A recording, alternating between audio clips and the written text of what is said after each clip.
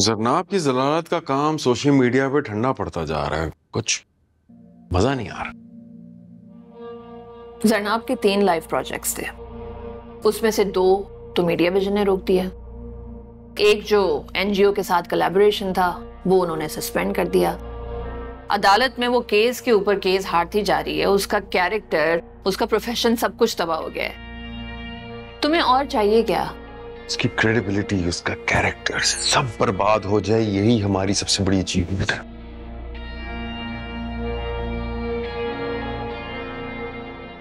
सच कहो तो मुझे लगता है कि इस डेफेमेशन केस के खत्म होने के बाद हमें उसे माफ कर देना चाहिए।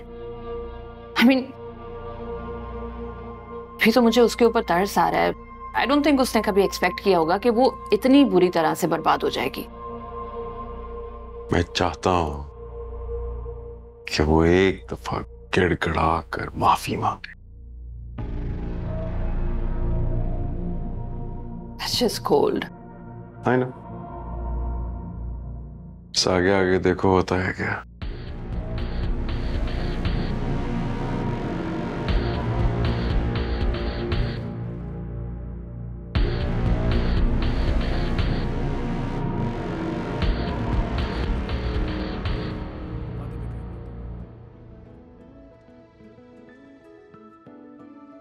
जहां तक सीक्रेट की बात है, वो एक है। ज़ारू, तुम्हें क्या हुआ, ऐसे क्यों पड़ी हुई हो?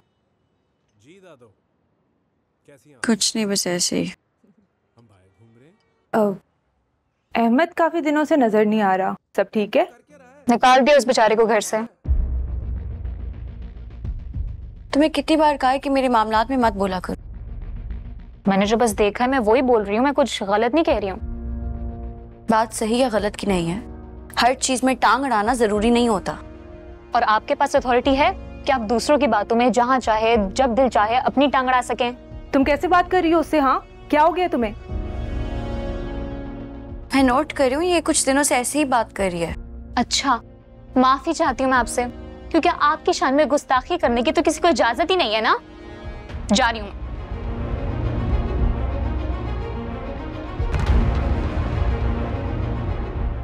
इसको क्या हो गया? ये इतनी बदतमीजी क्यों कर रही है?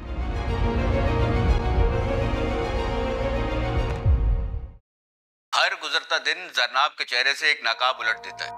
एक तरफ विक्टिम ब्लेमिंग की एक्टिंग, दूसरी तरफ डांस पार्टियां चल रही हैं, लड़कों के साथ घूमना फिरना। भाई आप वही कर रहे हैं जो वो चाह रही है। जरनाब तो खुश होगी कि उसका नाम सोशल मीडिया में गर्दिश कर रहा है, घूम रहा है। सर, हमारा काम तो सच को आगे पहुंचाना है। ये मोमबत्ती माफी है, इनके लिए तो ये सब शुगर मिला, मगर इनको ये नहीं पता कि आम आवाम पे इसका कितना बुरा असर हो रहा है। इनकी इन फजूलियात की वजह से आवाम का वक्त बर्बाद हो रहा है। इनकी वजह से अच्छे घरानों की लड़कियां बेरा रवि का शिकार हो रही हैं और ये हमारी सखावत के माथे पे धब्बा है। इनका लिबास, इनका रहन सहन, इनका कुछ भी तो हमारे अखलाकियात के म्यार पे पूरा नहीं उतर रहा। सर, अदालत में तो कुछ साबित नहीं हो सका, लेकिन सोशल मीडिया पर रोज एक नया पिंडोरा बॉक्स खुलता है। और सर, अब तो सोर्सेज ने भी बताया कि कोई कुलीग है इनका अहमद, उनके साथ भी इनकी इन्वॉल्वमेंट है। आप 2 की बात कर रहे हैं। इस कुमाश की औरतें एक वक्त में 5-5 को बेवकूफ बनाती हैं और मर्द इस धोखे में रहता है कि वो सिर्फ उसी की मोहब्बत है। सर खालिद रहमान साहब, हम कहाँ जा रहे हैं? क्या हमने मुल्क इसलिए हासिल किया था कि हमारी तहजीब, हमारी सकाफत, हमारी अखलाकियात इन जैसी औरतों के हाथों यारकमाल बने? ये कैसी आज़ादी है?